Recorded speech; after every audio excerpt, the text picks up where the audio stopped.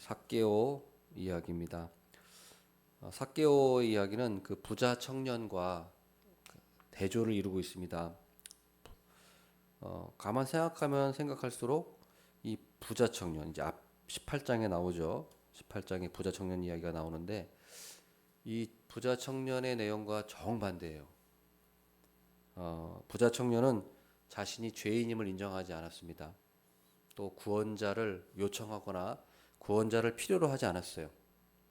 부자 청년은 그냥 예수님한테 내가 무엇을 하여야 영생을 얻을 수 있습니까? 라고 무엇을 해야 되느냐고 물었지 구원자를 요청하거나 필요로 하지 않았어요. 또 회개하지도 않았습니다. 또 예수님과 자신의 많은 그 재물 사이에 갈등하다가 주님을 떠났습니다. 그런데 삭개오는 그와 정반대예요. 죄인임을 인정했고 회개했고 또 구원자를 갈망했어요. 나무까지 올라갔죠. 나무에 올라가서 구원자를 갈망했고 또 결국에는 자신의 모든 재산을 어떻게 보면 다 버리고 예수님을 택하는 그런 행동을 보였습니다. 그래서 부자 청년과 삭개오가 정반대로 이렇게 행동하는 것을 보여줍니다. 이 삭개오가 있었던 지역은 여리고라는 지역인데 이 여리고는 그 요세푸스의 그 기록에 의하면 역사가 요세푸스의 기록에 의하면 유대에서 가장 비옥한 지역이었습니다. 그리고 가장 온화한 지역이라 많은 그런 농산물과 열매가 있는 그런 지역이었다고 합니다. 또 특히 이 지역은 왕족들의 휴양지여서 거기에 이제 수영장이나 정원, 또 경마장, 목욕탕, 극장 등 그런 시설들이 많이 있었다 그래요.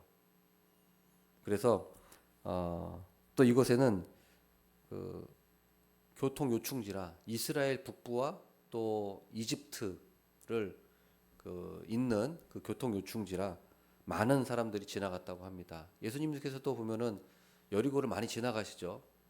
갈릴리를 가시거나 예루살렘 오실 때 꼭 여리고를 들렀다 가세요.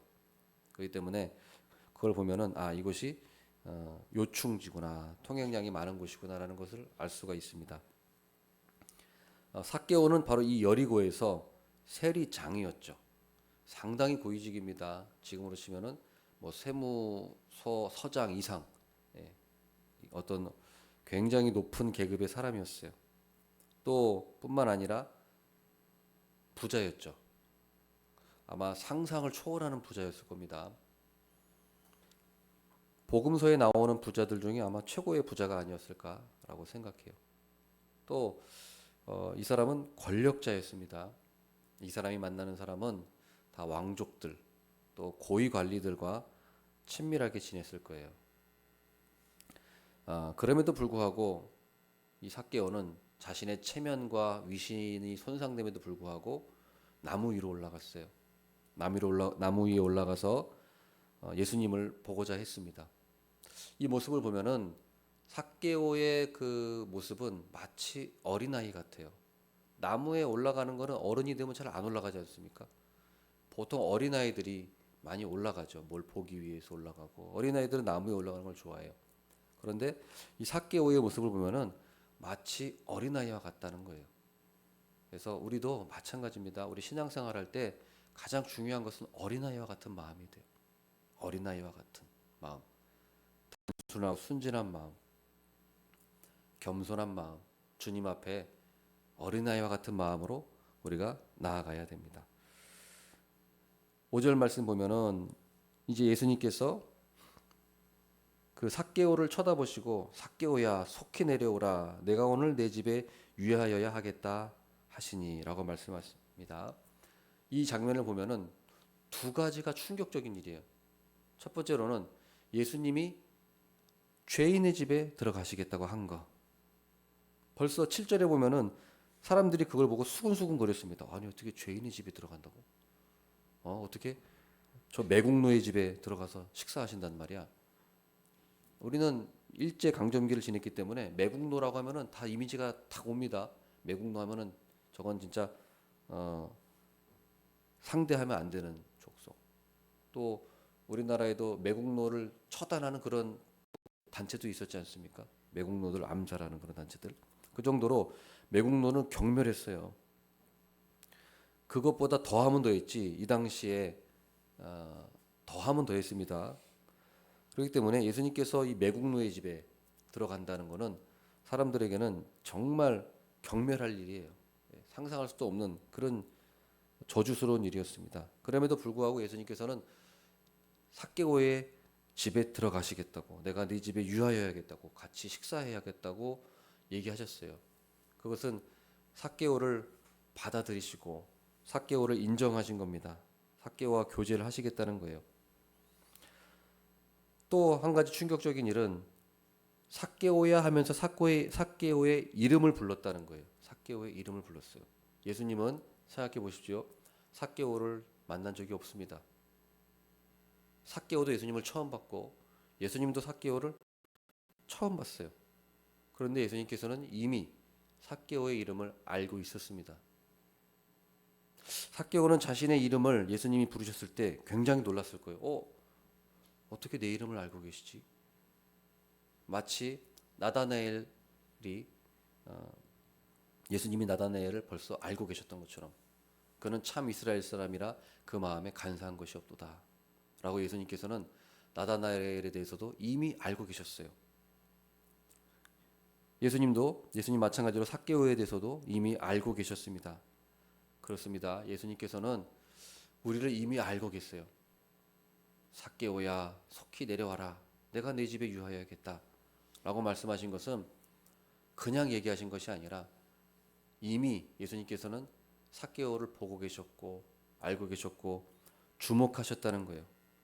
그래서 지금도 우리 하나님께서는 우리 예수님은 우리를 부르십니다. 삭개오야, 운영아, 아무개야 그 이름을 부르시면서 내가 너는 나를 모를지라도 몰랐을지라도 나는 너를 알고 있단다.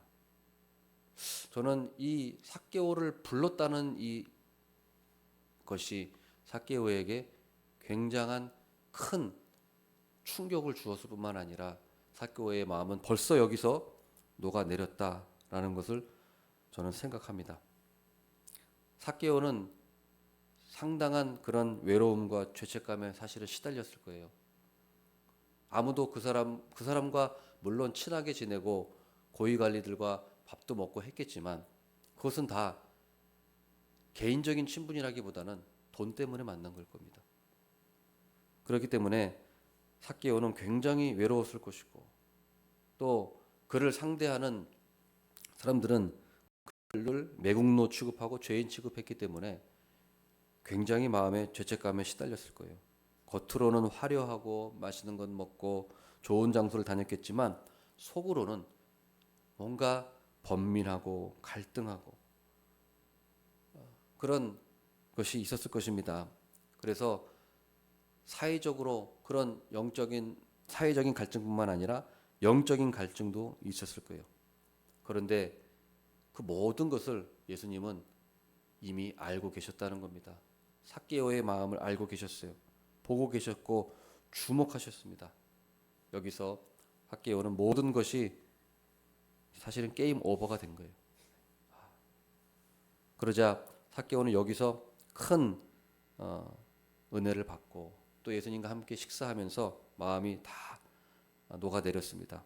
그러자 삭개오가 6절에 어떻게 합니까? 급히 내려와 즐거움에 영접하거늘 이렇게 급히 내려왔다는 거예요. 급히 내려와 즐거워하며 영접하거늘 이 모습도 보면은 어린아이 같아요. 어린아이. 마치 어린아이같이 예수님이 나를 같이 보자고 하시네. 나를 같이 식사하시자고 하네. 우리 집에 오시겠다 그러네. 너무 마음이 즐거워서 급히 내려오겠다. 급히 내려왔다. 예수님께서도 5절에 보면은 삭개오야 속히 내려오라. 빨리 내려와라. 마치 친구 같아요. 친구가 빨리 와. 빨리 와. 빨리 갈게. 즐거워하며 영접했다라는 것을 우리가 볼 수 있습니다. 그래서 삭개오의 마음은 참 즐겁고 기쁨이 가득했어요. 그런데 사실 생각해 보면 삭개오가 평상시에도 이런 마음이었을까요? 아닐 겁니다. 삭개오는 늘 긴장 속에서 죄책감 속에 시달렸을 거예요. 외로움 속에 시달렸을 거예요. 즐거움이 없었을 겁니다. 늘 다른 사람들의 속여서 빼앗아야 되고 하다 보면은 협박도 해야 되고 거짓말도 해야 되고 비열하고 냉정한 그런 매일매일의 삶을 살았을 거예요. 그러나 오늘 이 삭개오의 모습을 보면은 즐거워하고 기뻐하는, 예? 이 모습입니다. 왜 그렇습니까? 예수님께 인정받았기 때문이에요. 삭개오가 아무것도 잘한 것이 없었음에도 불구하고 예수님께서 그를 사랑해 주셨다는 거예요. 그냥 삭개오를 알고 계셨고 그의 마음을 알고 계셨고 사랑해 주셨다는 겁니다. 삭개오는 그것을 느끼고 그 마음을 알게 된 겁니다. 그래서 8절에 보면은 삭개오가 이제 중대 발표를 합니다. 중대 발표. 삭개오가 서서 주께 여짜오되 주여 보시옵소서 내 소유의 절반을 가난한 자들에게 주겠사오며 만일 누구의 것을 속여 빼앗은 일이 있으면 내 갑절이나 갚겠나이다. 재산의 절반을 가난한 자들에게 나눠 줄 것이고 또 내가 속여 빼앗은 것 있으면 네 배나 갚겠다고 말했어요. 이것은 유언이 아니고 지금 당장 하겠다는 겁니다. 유언이 아니에요. 제가 나중에 하겠습니다가 아니고 지금 제가 그렇게 하겠습니다. 그게 회개입니다. 그게 회개예요. 제가 나중에 할게요. 나중에 하겠습니다가 회개가 아니고 지금 당장 제가 바꾸겠습니다. 고치겠습니다. 라는 것이 회개입니다. 세례 요한도 예수님이 오시기 전에 똑같이 얘기했어요. 너희들이 심판을 면하려고 오느냐? 단지 심판을 면하려고만 하느냐? 독사의 자식들아, 회개에 합당한 열매를 맺으라. 그러면서 세리에 대해 얘기도 했죠. 세리가 있으면 세리는 부과한 세금 외에는 징수하지 말아라. 이렇게 얘기했어요. 바로 오늘 삭개오가 바로 그것을 한 겁니다. 바로 그걸 한 거예요. 재산의 절반을 가난한 자들에게 나눠주고 속여 빼앗은 것을 4배 나눠주면 사실 삭개오의 재산은 아마 다 날라갔을걸요. 아니면 더 앞으로 더 갚아야 될지도 모릅니다. 예. 얼마나 많은 것을 사람들이 속여 빼앗았겠어요. 그걸 4배를 갚으려고 하면은 율법에 나와 있는 거니까 그대로 하겠다는 거잖아요. 그러니까 그의 재산은 아마 다 거의 없어졌을 겁니다. 여러분, 진정한 믿음은 회개하는 거예요. 회개의 능력이에요. 회개의 능력. 진정한 믿음은 믿습니다라고 우리가 목소리 크게 단지 그렇게 하는 것이 아니고 정말로 회개하는 거예요. 내 자신의 죄를 돌이키는 겁니다. 그것이 회개입니다. 그것이 회개예요. 삭개오는 진정으로 회개했습니다. 그래서 구원이 그의 집에 이르렀습니다. 삭개오는 이 땅의 재산은 잃었을 거예요. 그리고 권력, 모든 것을 잃었지만 천국을 얻었습니다. 여러분, 우리는 어떻습니까? 우리는 하나님의 나라가 삭개오만큼 그만큼 가치가 있습니까? 삭개오만큼 하나님의 나라를 가치 있게 여깁니까? 우리 자신에게 한번 물어봐야겠습니다. 오늘 이 시간 기도하시면서 주님과 함께 교제하는 시간을 갖기를 바랍니다. 아멘. 기도하겠습니다.